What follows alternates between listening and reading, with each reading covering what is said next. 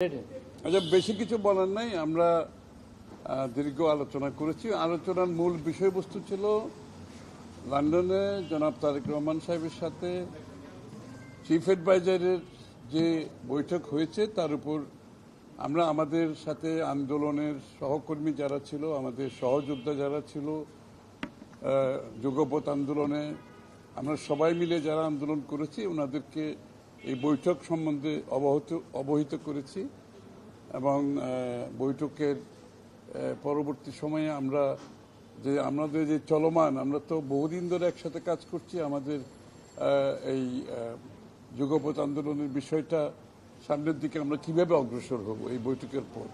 তো এই বৈঠকে তো সকলেই সন্তুষ্ট যে কি আমরা একটা নির্বাচনী সময়ের মধ্যে ঢুকেছি, নির্বাচনী টানেলের মধ্যে প্রবেশ করেছি এবং এটাকে আমরা সবাই মিলে কিভাবে সামনের দিকে এগিয়ে নিয়ে যাব এইগুলোই মূলত আলোচনা হয়েছে এবং সবাই লন্ডন বৈঠকের উপর সন্তুষ্টি প্রকাশ করেছে। আর আগামী দিনে আমাদের কার্যক্রম আমরা কিভাবে এগিয়ে নিয়ে যাব সামনের দিকে, মূলত এটাই আলোচনা হয়েছে। ঠিক আছে।